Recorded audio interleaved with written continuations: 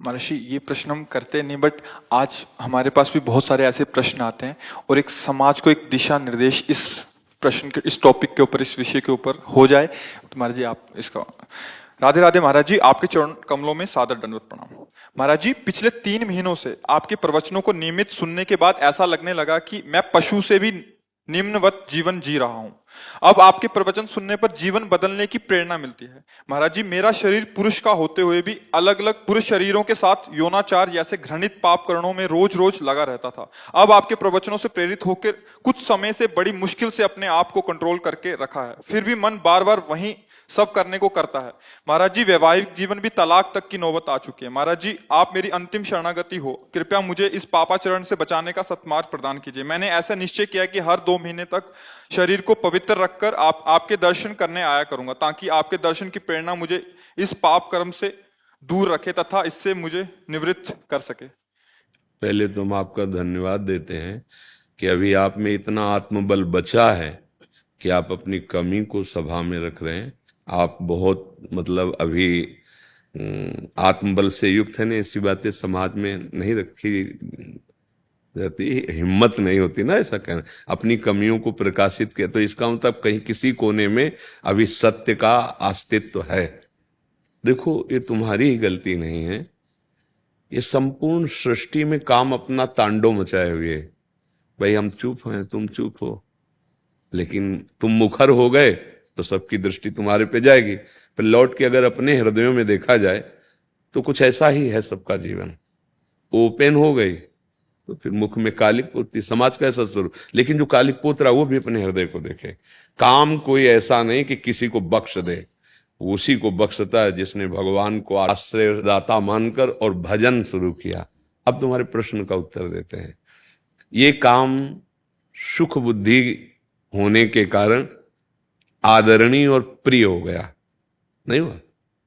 सुख मिलने के कारण। आप ईमानदारी से बताओ, क्या आज तक आपको तृप्ति हुई? सच्ची बताना। नहीं ना? आज भी वही चाह है जो पहले से थी। इसका मतलब कभी नहीं हो सकती, क्योंकि वहां नहीं है सुख। विचार खुले, जब आपने प्रश्न किया तो इस शरीर में है क्या? इस शरीर में है क्या?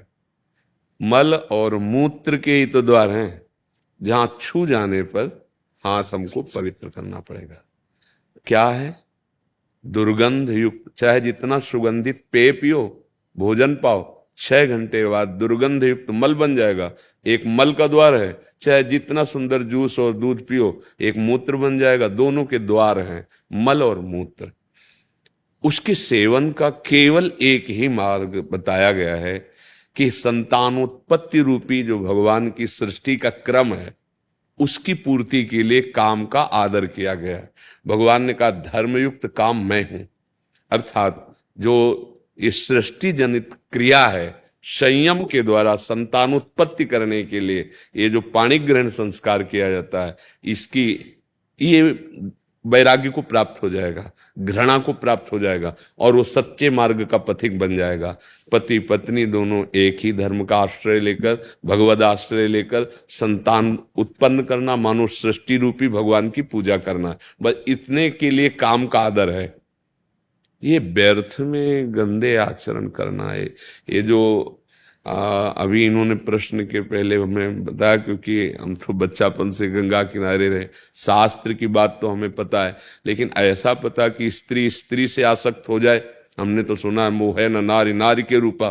शास्त्र तो ऐसा आज उल्टा, और कलयुग का यही उल्टा कि स्त्री क्या बताया था, स्त्री स्त्री के हाँ, अब इनका तो मतलब हमें कहीं शास्त्र में परिचय ही नहीं मिला। ये तो मतलब कलयुग की देन हो रही है। देखो, यदि तुम्हें भगवान ने मानव दे दी है और सुख और शांति की इच्छा है, तो वो केवल भगवान की शरण में, भगवान के नाम में। नहीं तो जैसे मन समझाता है कि एक बार भोग लूं तो शांति मिल जाएगी, ऐसा मन कहता है कि जो इच्छा होती है एक बार तो यार देख लेते हैं। आपने अनेकों बार देखा है, अनेकों शरीरों को देखा है, ईमानदारी से आप कह रहे हो, फिर भी आपकी वृत्ति वही है। आज से अपने इस दगाबाज मन की सलाह को मारना सीखो, महात्मा बन जाओगे। कुछ नहीं बिगड़ा है। हमारे भगवान की ऐसी ही कृपा है, नहीं तो किसी का उद्धार ना हो। कितना भी बड़ा, अपिचेत सुदुराचारो भजते माम अनन्य भाग साधुरेव समंतव्या। भगवान कह रहे मैं उसे साधु मानता हूं, सम्यक व्यवसिता ऐसा। बस ये ध्यान रखना, इसका अर्थ समझ लेना।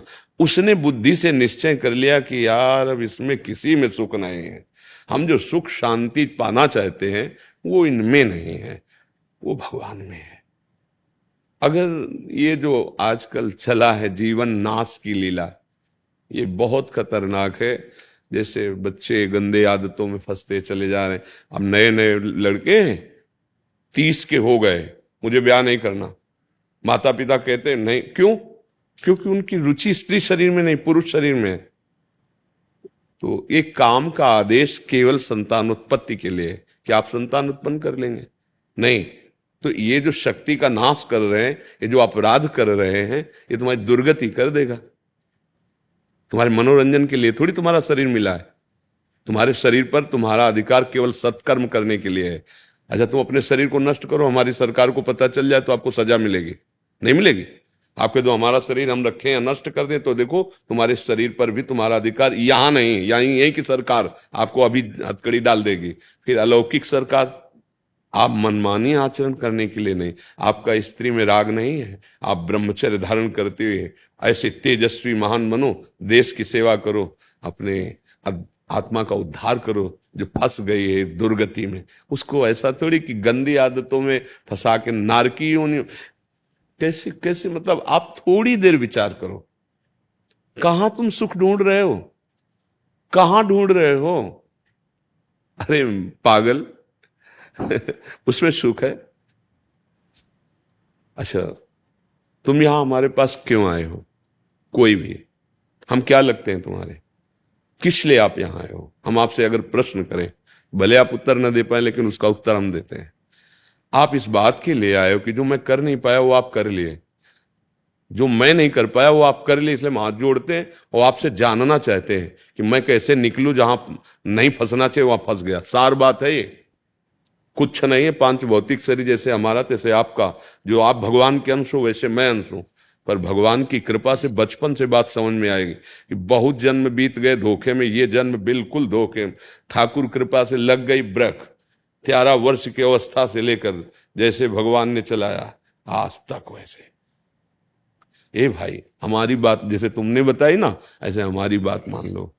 हाँ, सुख मिला, वो सुख मिला जो त्रिभुवन में कभी कहीं नहीं मिल सकता, केवल भगवान की शरण में होकर।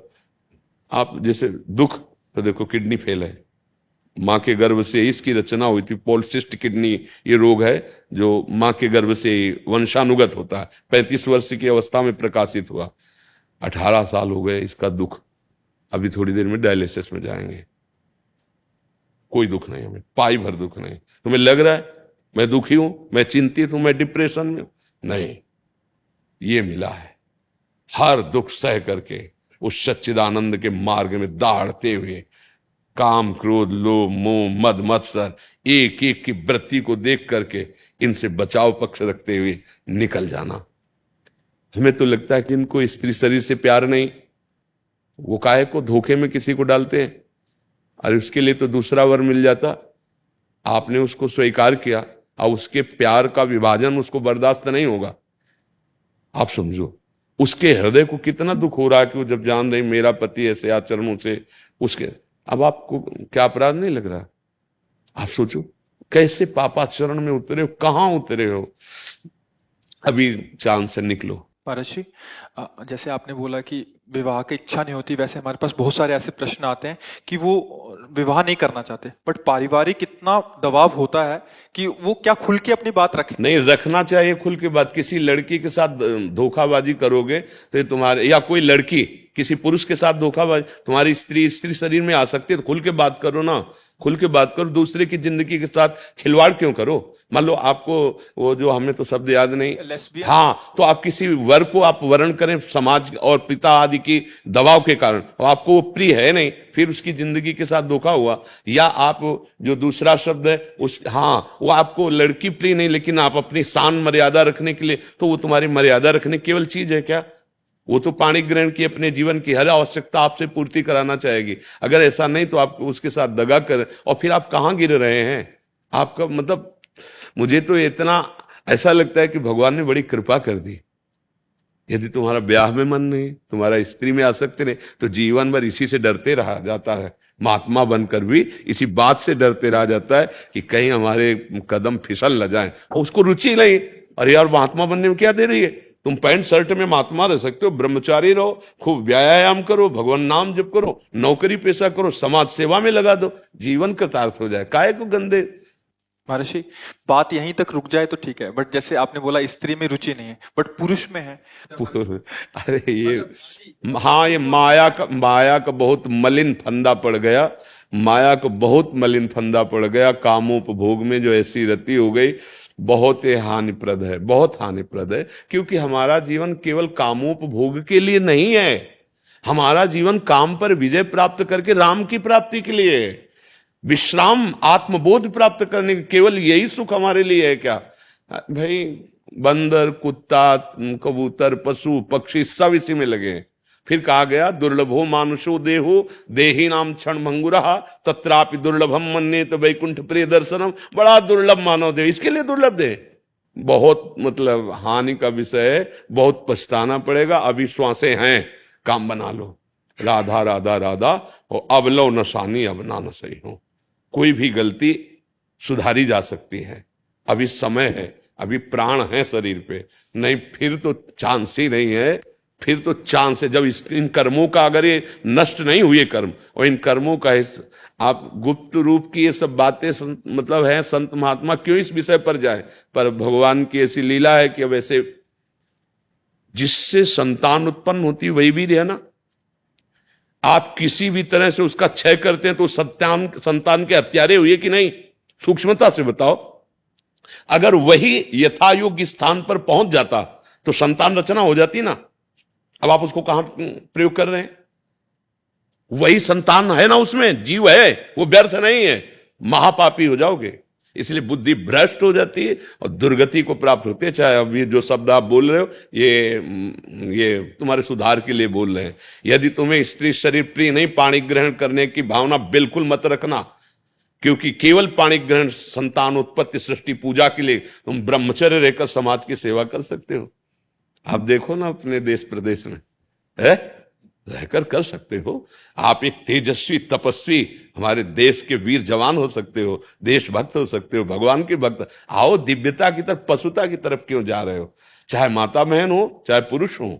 यदि आपको ऐसा नहीं तो आप अपने घर में रहकर ब्रह्मचर्य पूर्वक तपस्या आराधना करो। एक से एक देवियां महाभागवत हुई जिन्होंने भगवान को अधीन कर लिया है। ऐसे नर की बेमतलब चेष्टाएं, बेमतलब क्रियाएं, तो बेमतलब जीवन व्यर्थ चला जाएगा। भाई, इसमें कोई सार नहीं।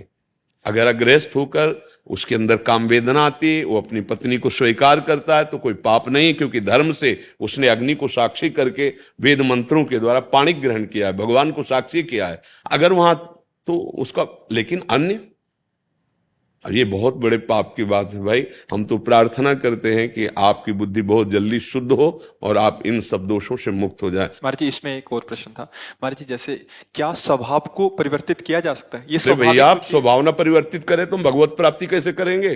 अरे, भाग्य का परिवर्तन, स्वभाव का परिवर्तन, ये कोई खिलवाड़ का मार्ग थोड़ी, परमार्थ का मार्ग है। जो नर होए चराचर द्रोही, आवे सभय शरण तक मोही, तज छल कपट मोह मद माना, करो सद्य ते साधु समाना। वृंदावन में बैठ के बोल रहे हैं, केवल ये राधा राधा जपे, आज के बाद अपने नियम का पालन करें, पीछे वाले को आग लगा देंगे। कैसी बात करते हो? हम किसी के बल से बोलते हैं, हम कोई प्रवचन थोड़ी केवल कर रहे हैं। और जीवन का परिवर्तन ना हो जाए, दिव्यता ना। हाँ, अब सावधानी की बात कह रहा हूं। पीछे जो हमारे देह रचने के समय कर्म बनाए गए, उनमें सुख और दुख का संयोग रहता है। जैसे ये किडनी फेल, हम किसी भी दुख का तारतम्य न जोड़ें, वो पहले से निश्चित है। लेकिन जो नवीन खेती है, इसमें आग लगा सकते हैं। पुराना स्टॉक जो जमा है वो हमारे हाथ से खत्म, उसकी चाबी भगवान के हाथ में है। जो संचित कर्म कहते हैं। ये जो नवीन कर्म इस जन्म में बन गया, इसको सुधारा जा सकता है, प्रायश्चित किया जा सकता है। अभी संभाला। सबसे पहला प्रायश्चित अबलो नसानी अबना नसी हो, वो तुम हाथ उठा के बोले हो। दूसरा प्रायश्चित भगवान का नाम निरंतर रटना। तीसरा, जब हम भगवान के आश्रित हैं तो वो अहम त्वाम सर्व पापेभ्यो मोक्षयिष्यामि मा शुचा, मुनि के बल से कहते हैं। भगवान कह रहे ना, मेरी शरण में आ जाओ, अहम त्वाम सर्व। गलती बच्चों से ही होती है। हमारी दृष्टि में, हमारे भगवान की दृष्टि में आप बच्चे ही हो।